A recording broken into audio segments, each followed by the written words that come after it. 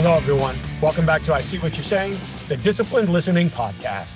I'm Michael Reddington, and today it is my pleasure to welcome our next guest, Dr. Deborah Bosley. Dr. Bosley is a professor, author, TEDx speaker, and founder of the Plain Language Group, where she and her team work with companies and government agencies to help them replace jargon, legalese, and other unnecessary content with content that is clear, concise, and credible. Because as she says, as consumers and listeners, we should be able to demand to understand the information that we are being presented with, which I love. And although a lot of her background and some of this conversation is going to focus around written and contract work, it really does apply directly to our conversations as well. I've had a chance to speak with her several times before, and I'm excited to finally have the opportunity to go even deeper into what she does and how we can all apply it to our important conversations. We're going to get into topics like the importance of speaking and writing in plain language. She's going to share specific strategies for how we can employ plain language. And yeah, we'll talk about the business and personal risks of not using plain language. And she's going to give us tons of example from her work throughout her career that we can all learn from and apply to our conversations, both written and verbal. So I'm really excited that you all took the time to be here today. Thank you so very much for listening again. You're likely familiar with our sponsors already. If you haven't, please head over to humantel.com, enter the code INQUASIVE25 for 25% off the best in-class online training of your choice to learn how to detect when people's emotions are shifting by recognizing changes in their facial expressions and nonverbal communication. All you need to know is over there at humantel.com. For the professional interviewers, if you haven't already, head over to certifiedinterviewer.com to learn not just what it takes to be a member, but how you can contribute and what you'll learn from the International Association of Interviewers. And of course, while you're there, you can also learn what it takes to qualify for, obtain, and maintain your certified forensic interviewer designation. And while you're online, head over to enquasive.com. And that's where you can learn more about the programs our clients ask us to customize for their senior leaders, sales teams, and HR teams to teach them how to unlock the everyday confessions hiding in all of their conversations. We really appreciate you being here week after week. Thank you very much for coming back this week. So now, without further ado, I introduce to you Dr. Deborah Bosley. Good morning, Deborah. It is so great to see you. Thank you for being here today. How are you? I'm great. Thank you for inviting me. I'm really looking forward to this. Well, this is my pleasure. It really is. And people might not necessarily know or need to know, but you agreed to do this on a real quick turnaround. We just talked about this the other day, and here you are. So I really appreciate that, which speaks to your expertise and how much you enjoy sharing it. And I really do thank you for that. So as a little bit of backdrop, again, for people that may or may not be interested, we've recently shared a dinner table together with a group of people for the second time. And I am fascinated with the work that you do because from my perspective, I feel like it lines up really well with some of the things that I do and just trying to get people to relate to each other and to understand each other better. So without me robbing this entire conversation, I'd love to start by asking you, why is it so important that we communicate in plain language? Okay, so let me start with a couple of things. The first is that my kind of mission statement, this is the passion that drives me, is I think people have a right to understand information that affects their lives.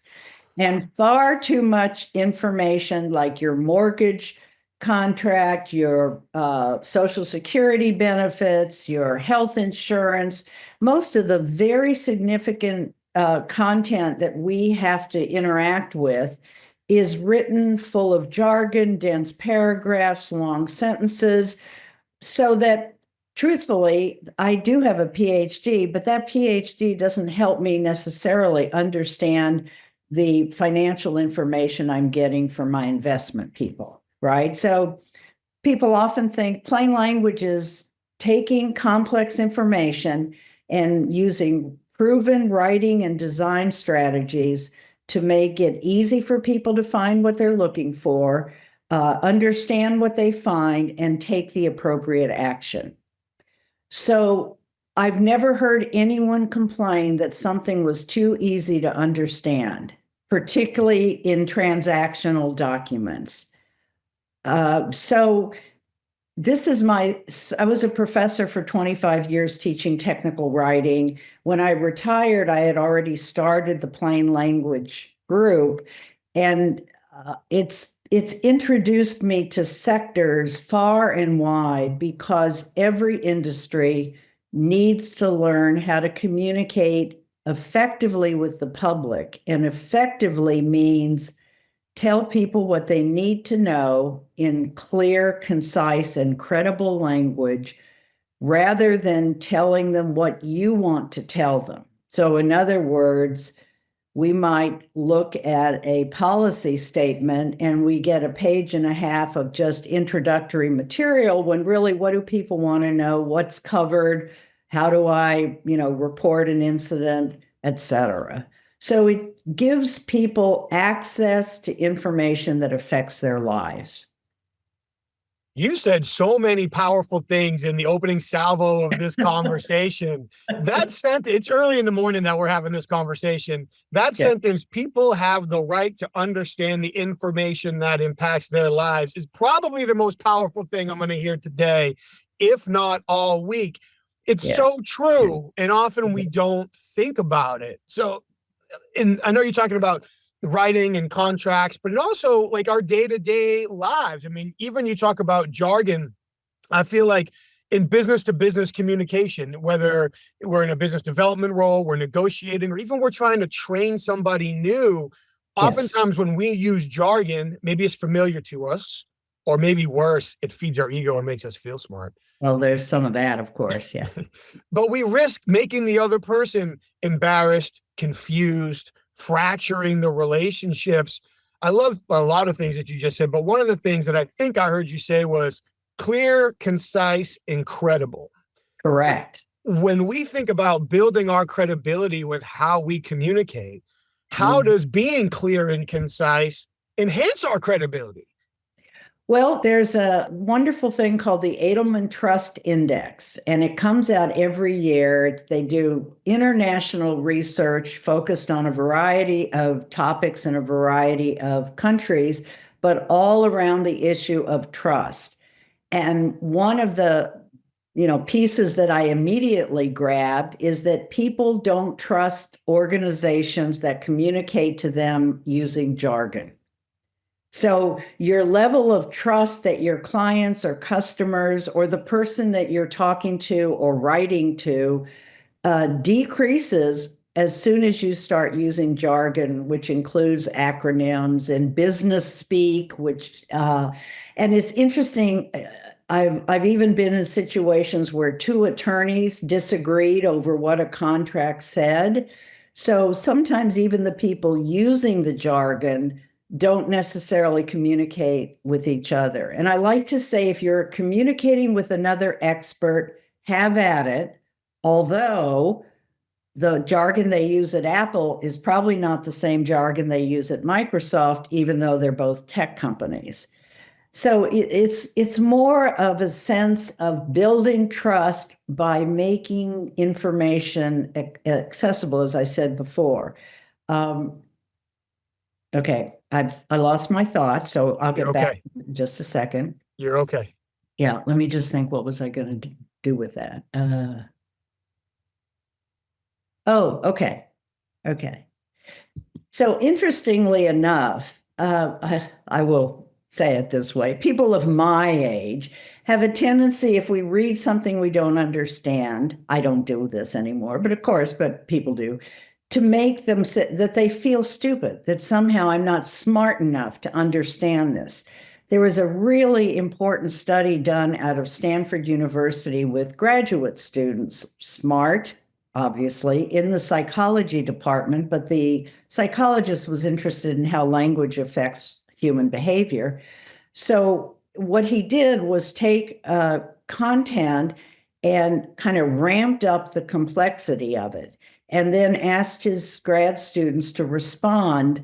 How did you feel about the information? Well, they didn't say I felt stupid. They said, why would a writer give me this? Why would a company give me information that I can't understand. And their level of respect, because, branding is a thing, of course, their level of respect diminished for the company and for the writer.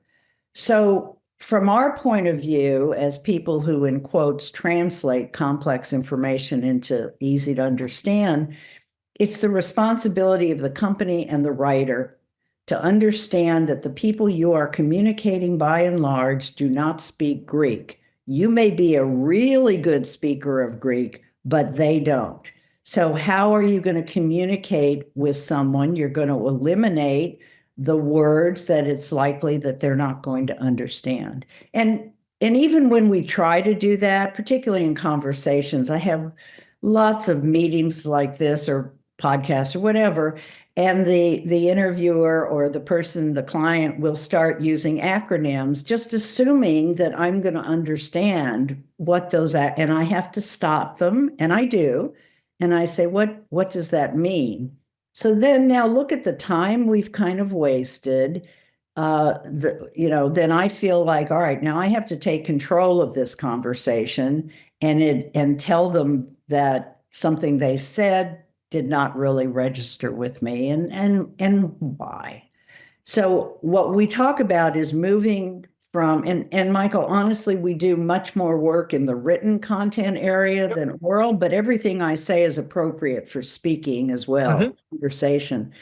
But we take the jargon of another industry and put it in front of this. So, for instance, I did a presentation for the state government in Hawaii, and I used an example from medical field where a doctor said, if you take this medication, you will become obtunded and might experience whatever.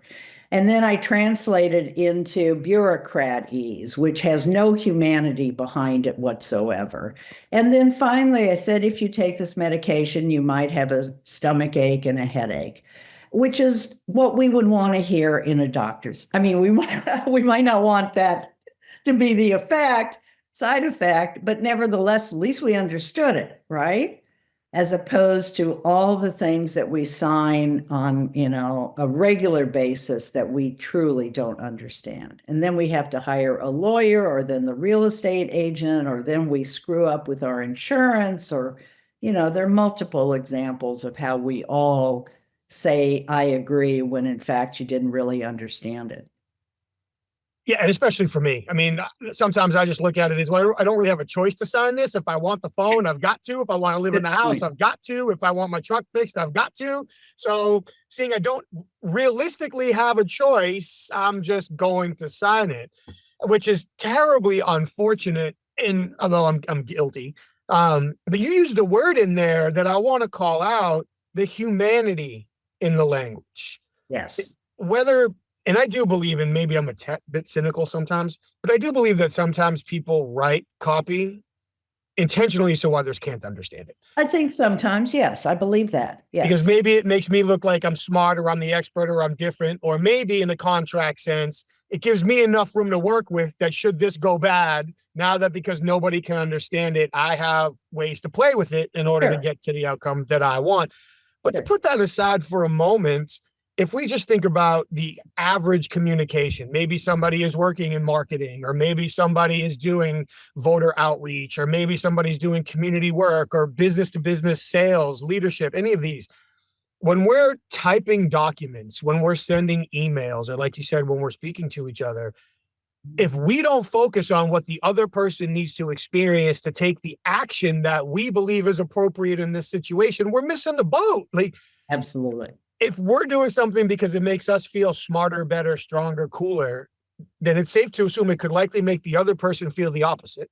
Absolutely. Which is probably safe to assume it's counterproductive to what we're trying to achieve. Absolutely, because it says something about your brand, your customer experience, et cetera. But, another way to think about this too is that, sorry, Mike. Sorry, I get caught up in what you're saying, and then my thought just went out the window. So just give me a second or two. Take your time. Oh, okay. All right. So one of the areas that the reason I use the word humanity is because so much of what we do in terms of interacting with content is that we want the provider of that content to have our back. So if I get information from my investment people, I feel like my investment people have my back. But if they're writing or speaking to me in such a way that I don't understand it, then suddenly that human to human, we're here to help, that friendliness, et cetera, just really vanishes. So I think it's really important to not sound like a bureaucrat, even if you use simple language. You always want to be investing the humanity, the humanness. So one of the things we talk about with one of the strategies is to use we for the provider of the information and you as the consumer or the whatever.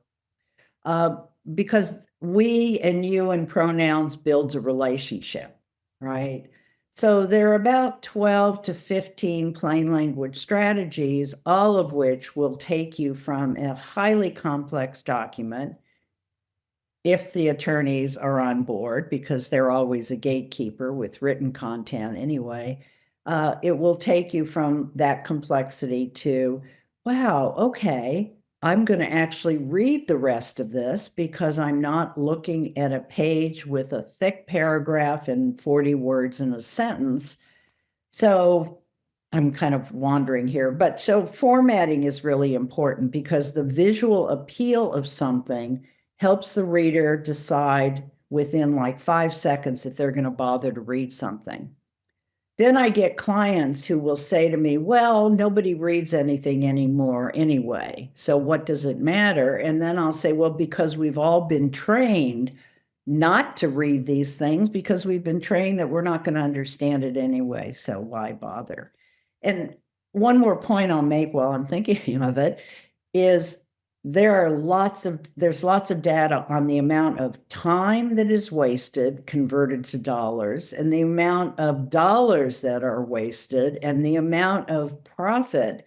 If I could use an example, I did some work for an investment firm years ago, very well known. I prefer not to mention it, but we rewrote a letter.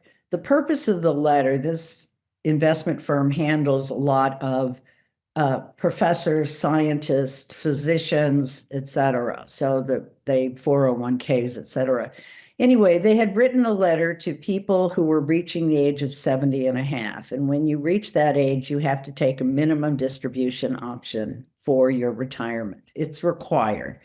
So in the opening sentence, so they sent the letter out that they had written, and within a week, they had clocked 10,000 phone calls from panicky readers or panicky investors because the opening sentence says, according to the IRS. And that's about as far as people got. And honestly, the letter was really saying, hey, here's something you need to do. Give us a call. We'll help you figure out how to best take this option, et cetera. So they brought us in and we did some user testing. In other words, they had to watch people reading this letter and responding emotionally, by the way. We read our emotions, we think logic, but it's emotions. And anyway, what happened, we revised the letter, and what happened was that the calls coming forward were positive. They understood the material, so they were calling not to get the company to explain it, but to actually give them the help that the letter indicated. And then this is the final cap. The woman who had hired me said, I'm not going to tell you how much, but the week after that we had sent out all of these letters, we got more than $1 million of new investments because the letter was friendly and helpful, and because the call center also was friendly and helpful. And that builds confidence, it builds trust, et cetera. So there's a monetary gain for corporations, and then there's a lack of a monetary loss for government agencies, et cetera. So all the way around, it's the better way to communicate. For sure. And I feel like, if I'm being honest, I'm sure there's times I've been guilty of it. And if I took enough time, I could think about it. But I feel like there's too many times where we choose to use complicated, complex, overeducated language when it's entirely unnecessary. Yes. I worry that people feel like if I speak plain language, people won't realize how smart I am. Yes. Yes. But what we should be worried about, and with my investigations background, the word that keeps coming to mind as you talk about relationships and humanity and trust is rapport. And how Yes. can I build rapport with somebody if they don't understand the acronyms I'm using? I'm building a fence between us. Yes. Instead Good point. of building rapport. And Yeah. when you talk about the first line in the letter, the IRS says, or whatever it was, people react the strongest to what they observe first, based Yes. on the expectations and fears and previous experience they have. Absolutely. So the line that you said earlier that was so spot on is, what does the other person need to understand so they will take the action that you want? Like, Yes, exactly. just framing communication around that, written or oral, makes such a big difference. I certainly don't have the experience that you do at all on the documentation piece.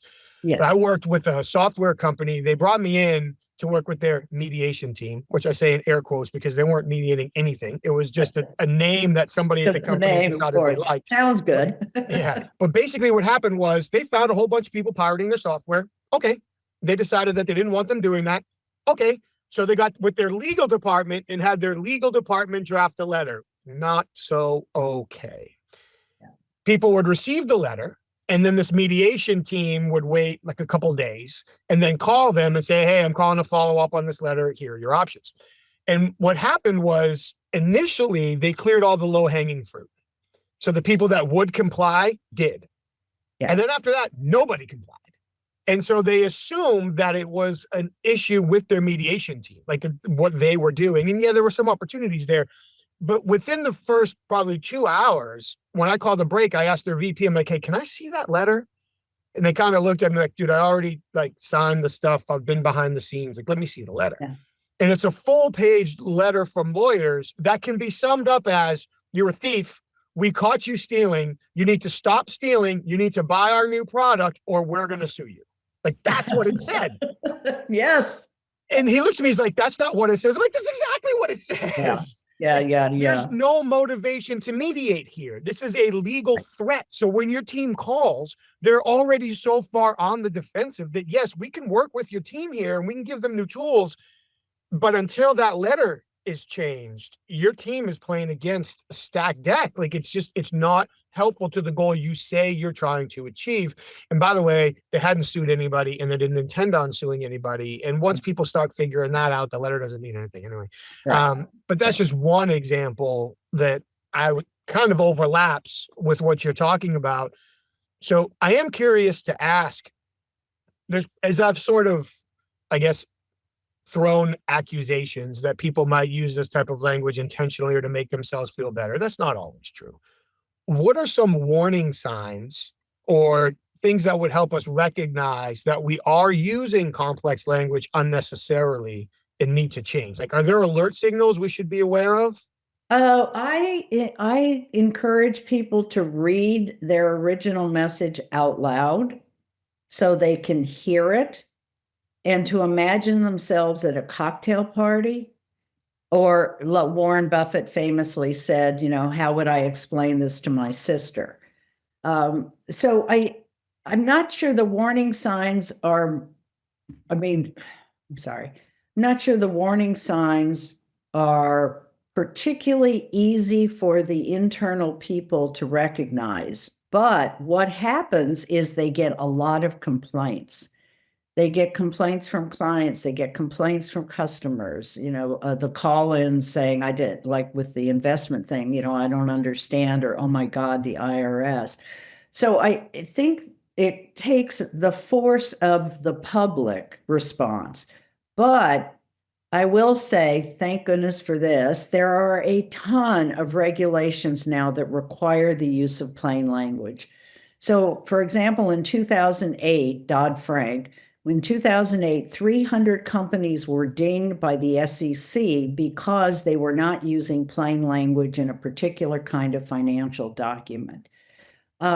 So a lot of times it's the external pressure from the public or regulatory agencies that moves people to use plain language. As far as recognizing it yourself, try using that language with someone who isn't part of your pod and wait 1.5 seconds for them to say, I don't understand what that word means.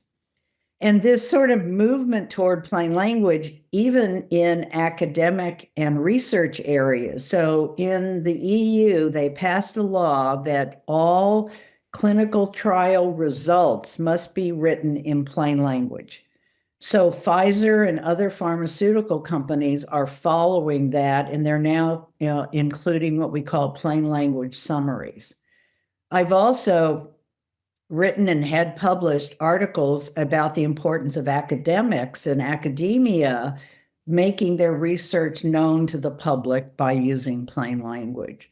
So, I mean, it's a long-winded way to say, it's sort of like once you see a plain language version, or once you hear a plain language version of what you're trying to say, it moves you away from that complexity. I think listening to the feedback is a great answer. If I go into, I'm sort of stealing a line from a TV show, but if I go into, like, if my wife says, Mike, how was your day? Yeah. And I say, well, I had 10 meetings today. Most of them went pretty well, but this one meeting I had, they really couldn't understand what I was saying. Maybe it's a them problem. I have to assume it's a me problem if I'm being, real honest, but maybe it's a them problem. But if I go home and I say, babe, I had a ridiculously miserable and difficult day. I had 10 meetings today, and in 9 of them, they had no idea what I was saying. Oh, that's a you problem, Mike. Denominator. Like, now it has to be me, right? I was the only common denominator between all 9 meetings. So that's right. If we're getting a lot of, if a new document goes out and all of a sudden employees are saying, well, what the hell is this? If a new document goes out and now the customer complaints come up, or the sales numbers shift drastically, or prospects we thought we were going to turn into customers were not. Right. Like, as soon as those numbers start to multiply, we need to start looking backwards and saying, wait a minute, what changed to cause this? And it could very well be the language that we're using. So I think that was actually a tremendous example to really pay attention to the feedback that we're getting, whether we view it as feedback or not, but how do the responses change? How do the interactions change in order to determine that our language is too complex? Well, and I love the use of the word rapport earlier, which I'm going to use that word from now on. Feel it, make it yours. Yeah, it's great. But, I'm thinking about also body language. If I'm having a conversation with someone, you often can tell whether they understand it, or at least you're not getting that interaction that you would normally get when you're having a conversation where everybody's using sort of the same language, right? And so it really requires that you get outside of your own ego and focus on the person that you are speaking with and pick up on those body language messages, because that is giving you instant feedback. So in some ways, it's easier in a conversation to determine if someone understands you than if they're reading something you're not there, who knows. But paying attention to feedback is critical. And I want to jump back to something you said a little while ago, because you used all the words I use. So when I talk about audience, I use the acronym KEEN. You have to be aware of their knowledge, their experience, their education, their expectations, and their need. All of those things, plus the context in which they would be reading that information, because often, like in my family, I'm the one in charge of money. So hooray for me. That's a good position to be in. But I still have to explain to my husband what the insurance policy says. So not only do I have to understand it, I have to understand it well enough to explain it to someone else.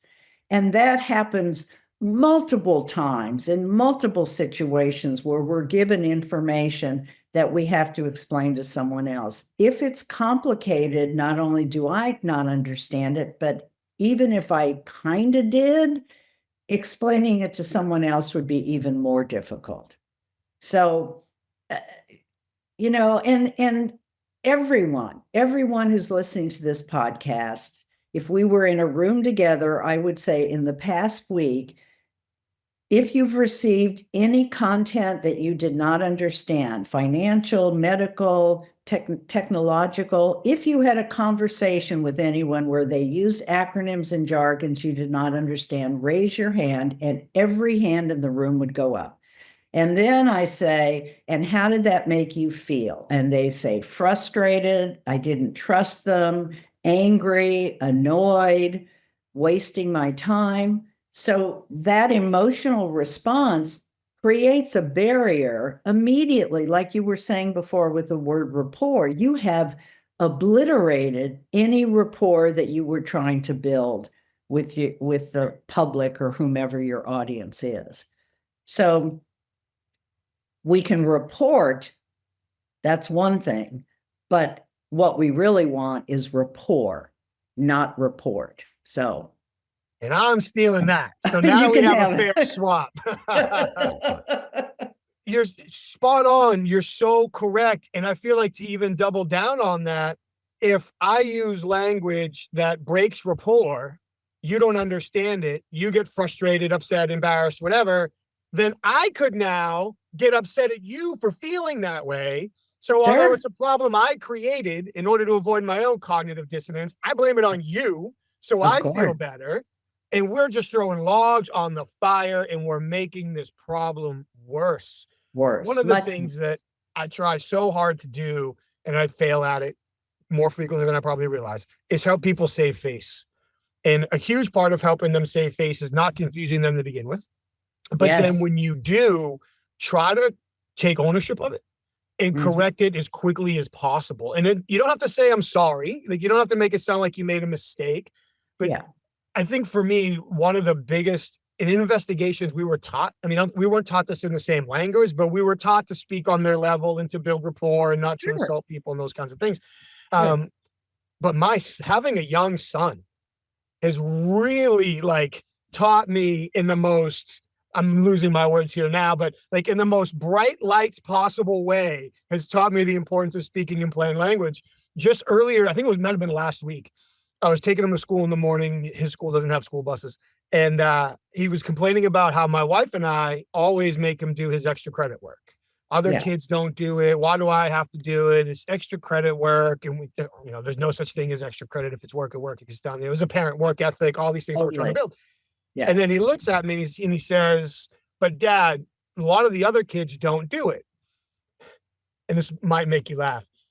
Without even thinking, I just said, well, Gabe, that's how we differentiate ourselves. To which Gabe instantly looks at me like my dog does when I tell my dog anything and says, Dad, what does differentiate mean? Of course. And I have to cover my mouth as I go, shit, how did I get myself into this? And now I got to explain this to a 7-year-old.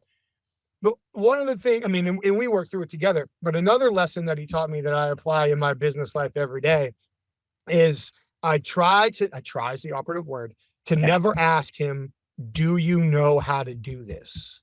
Do you understand what I'm saying? Because he has to say yes, whether he does or doesn't. And this is just as true for adults as it is for kids.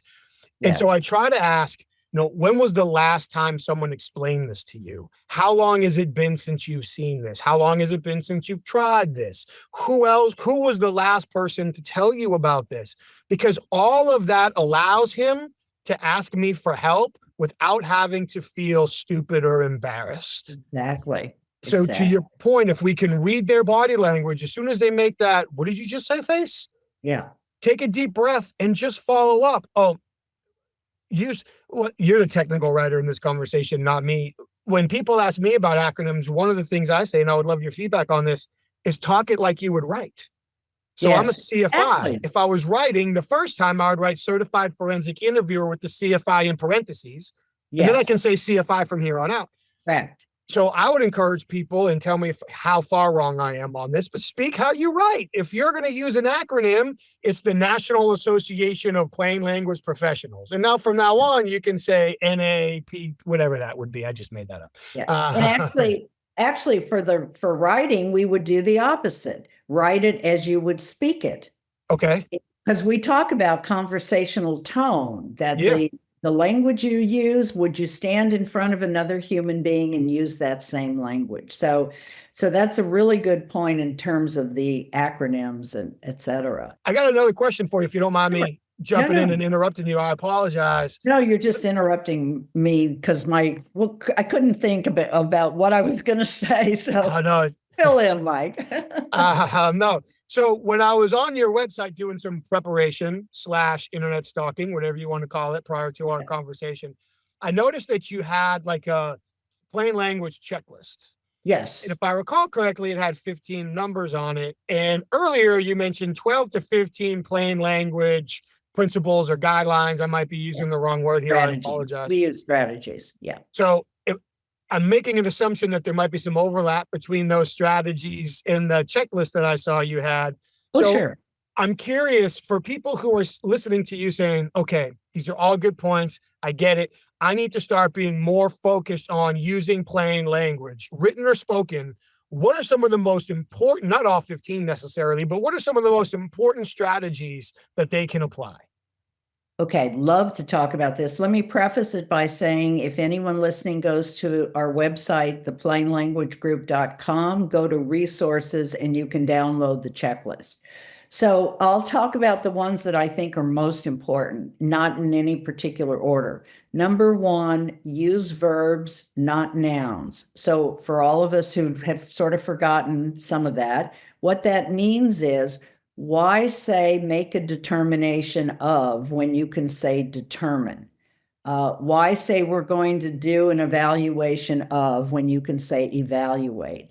So those verbs have action implied in them. So that's an easy thing for people to just notice. If you're using a lot of ION words, to make a determination, to do an evaluation, et cetera, just go for the verb. So that's one thing.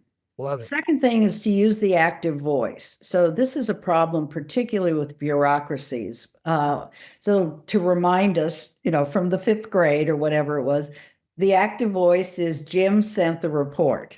Now, many people would have written that the report was sent by Jim. So number one, if you're identifying the agent or the person taking the action by Jim, just pop him up at the beginning. Passive voice often either puts the person at the end or eliminates it. Bombs were dropped. There's a reason they say bombs were dropped, because the implication is you don't want to reveal who was responsible, right? Now you're speaking like an investigator. I love it. Well, I'm really fascinated with what you do, Psych. I'd love to be a fly on the wall and listen to the conversations. Okay, so use the active voice. Another really important element in plain language strategies is the use of short sentences. We research, again, everything I'm telling you is backed up by research, but research shows a couple of things. Number one, if you have a sentence that's 40, 45 words long, which is unfortunately not unusual, by the time readers get to the end, they literally may have forgotten what was the point and where did they start. So we want to keep people engaged throughout the reading of the content. So this you could do very easily as well, is keep your sentences under 20 words if possible. Better to have more sentences than it is to have fewer sentences, but they're so long, 3 of those sentences take up half a page of a paragraph. So the other thing is paragraphs. You want to have no more than 3 to 5 paragraphs on any page. Again, Michael, I'm talking mostly about writing, yes, but some of this obviously I think is going to apply to oral, to oral audio speaking. And Anyway, you want no more than 3 to 5 paragraphs. So then you want white space so that the reader has time physically to take a breather between paragraphs, particularly if the information, again, is really critical. So short sentences, use the active voice, be concise. So again, when you do things like use the active voice, you immediately eliminate a lot of words, or you can find this online. What you'll find is a list of what we say or what we write and what we should write. So for example, at this point in time just means now, right? Let's see, in the amount of $12. No, $12. So look at the sentences and see what words do I really need to have and what words are just my habitual phrases that I've come to learn and use over time. So being more concise. Using positive language. So by the time a child is 5 years old, they have heard no or something negative, something like 8,000 times. And we do it unconsciously. Like anytime I see an email where it says, please do not hesitate to call, I go, why don't you just say, feel free to call? There's so many situations in which we use negative words when actually we're trying to convey something positive. Ergo, so there you go. See, therefore, that was the differentiation that I just did. Therefore, make sure that you're using the words that the people, I'm sorry, I screwed up again. I lost my train of thought. I'm sorry. Good. What was I Use the words that saying? people understand or expect. I'm sorry. I think you're trying to say use the words that people understand or use the words that people expect. Yes, correct. So use the words that so here's a great quote. Communicate unto others as they would communicate unto themselves. What are the words? What are the concepts that the reader would use? And again, it kind of runs back. I think Dick Cavett had a funny little quote about, would you really want to talk to somebody at a cocktail party if all they used was jargon? So, so use the words that your reader's going to understand. Again, positive language, though, for example, if we were in a room together, I would say, do not remain seated.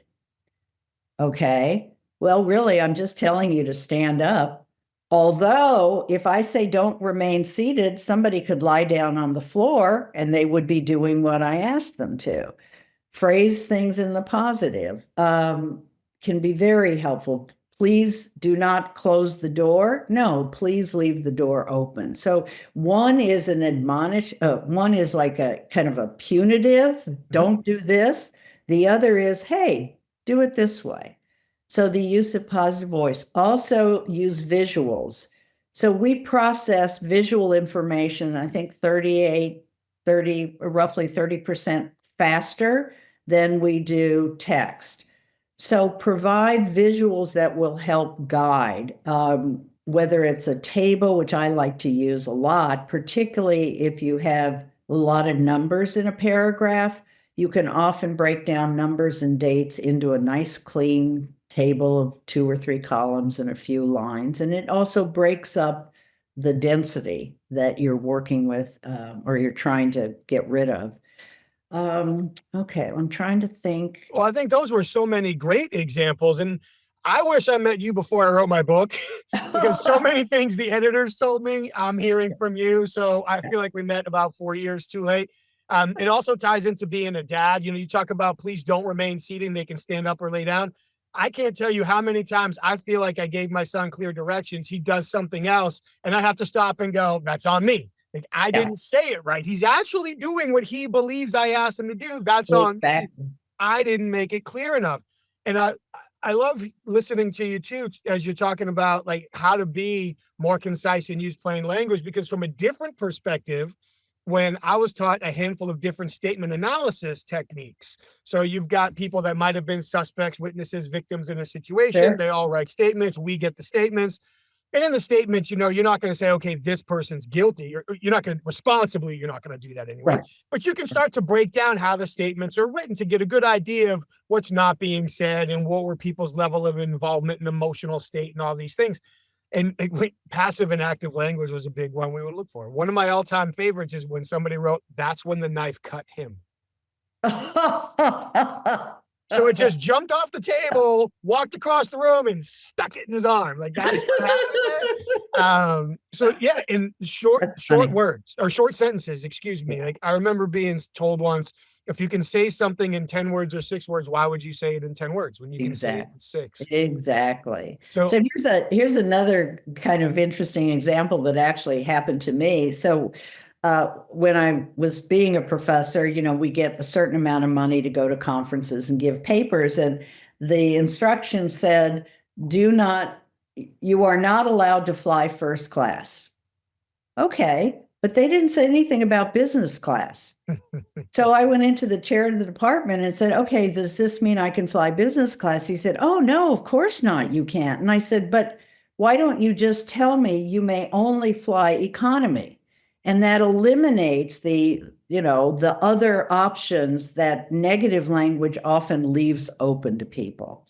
So anyway, I think those are probably strategies that people could start thinking about and using. And I would suggest just pick one or two, maybe from the checklist as a reminder. Pick one or two, work on that, then pick one or two and work on that. Because I'm really asking you've played classical music all your life. I'm now asking you to play jazz. It takes practice with feedback over time to change writing and speaking habits too. Mm-hmm. We do all this habitually. For sure. And I'll provide a direct link in the show notes to that checklist. Oh, good. So people don't have to go hunting for it. I'll make sure that's in there. I know we're running up on time here and you are squeezing this into a very busy week. So I really appreciate it.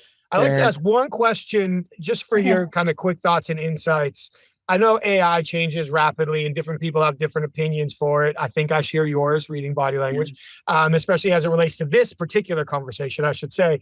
But for people who might be thinking, okay, this all sounds great, this all makes sense, but I'll just put it into AI and let AI clean it up for me. I know I have some real concerns there. Maybe I shouldn't. But what thoughts do you have about people trusting AI to help them with the right plain language, as opposed to taking the time to really study their audience, the outcomes that they want, and be strategic about what they say and write? Well, first of all, AI is not always correct. Mm-hmm. Secondly, AI plagiarizes everything.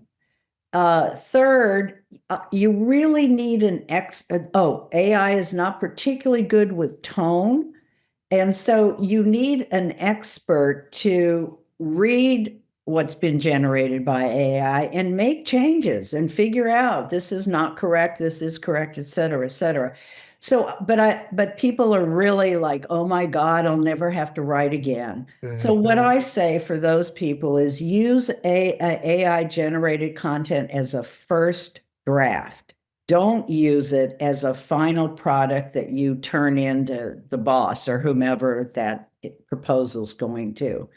But you still have to know enough about the content to know what AI gets wrong. So years ago, I did an internship at IBM, faculty internship, and the head of the IBM here in Charlotte said to me, well, you do realize that in 10 years, there'll be no books, because this was all computer, right? So, people say, well, in a few years, we won't need writers. No.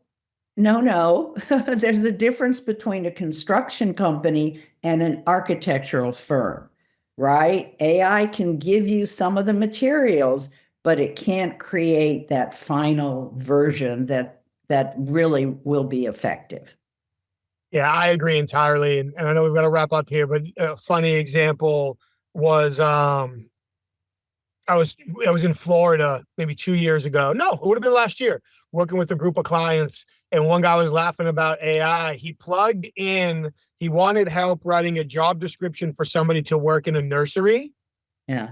And it came up with childcare. Of And course. he was talking about gardening and landscaping for his Of business. course. So Any human being would have known that difference, right? yeah, Right. but the computer doesn't. No. So I could pick your brain for hours, and I look forward to continuing our conversations. I truly do. But I know you got to run. So really quick, where can people go to look online to learn more about you, learn more about your company, connect with you? I know you do speaking engagements. Your team Yes. provides services to government agencies and companies and all different things. So for Yes. people who are looking to connect with you and learn more, where should they go? Well, you can go to LinkedIn. Of course, I have a profile in LinkedIn. And then you could go to my website at theplainlanguagegroup.com. And you could actually feel free to email me at Deborah at theplainlanguagegroup.com. I'm more than happy if any of your listeners have questions. I'll be happy to respond to them. I appreciate that. Thank you. And Sure. we'll include Thank them you, all there. Michael. I love this and I love what you do. I want to pick your brain more about how you investigate. So We'll do it. into language. Yes, we will meet again soon. I promise. All right. Travel safe. I Take really care. appreciate you making the time today. Thank you so Happy. much. We'll talk to you later. All right. Bye-bye. Deborah, thank you so much for a great conversation. I truly appreciate your perspective. The work you do and the clients you've done it with is extremely impressive. And the lessons are so important to all of our conversations, whether it's within our own team and our businesses, whether it's communicating with our customers, even with our family at home. The power of plain language is so very important. And I absolutely love your quote. People have the right to understand the information that impacts their lives. So very true. And unfortunately, so many times we don't. Thank you so much for all you shared today. I love when we're having a conversation with somebody, the point you made that they should be able to understand what we're saying or what we're writing to the degree that they can take the action that we intend them to take based on the message we're contributing. It sounds basic, but it's so very important. And your idea to make sure that we're including humanity in all of our language is right on point. And I really do appreciate you sharing your time today, all of the lessons that you learned. And selfishly, I'm really excited to continue our conversations down the road. Hopefully everybody listening today took notes as well that can help them in all of their business and professional conversations. We really do appreciate all of you being here week after week for these shows. Thank you so very much. Before you go, please take a moment to like the show, share the show, subscribe to it so you know when the next one's coming out. Let us know your feedback. What would you like to hear more or less of? We would love to hear from all of you. Thank you. And of course, please check out our sponsors. Go over to humantel.com. That's where you can learn everything you need to know to start your education on identifying when people's emotions are shifting by identifying changes in their facial expressions and nonverbal communications. The code INQUASIVE25 will get you 25% off all of that online training. For the professional interviewers, certifiedinterviewer.com is the place to go for all of the need to know information on joining and contributing to the International Association of Interviewers, as well as qualifying for, obtaining, and maintaining your certified forensic interviewer designation. And while you're online, please head over to inquasive.com to learn more about the programs our clients ask us to customize and facilitate for their senior leaders, sales teams, and HR teams to teach them how to encourage people to share sensitive information under vulnerable circumstances in the face of consequences. As always, thank you so much for being here. We'll see you all again next week. Please stay safe and take care of each other.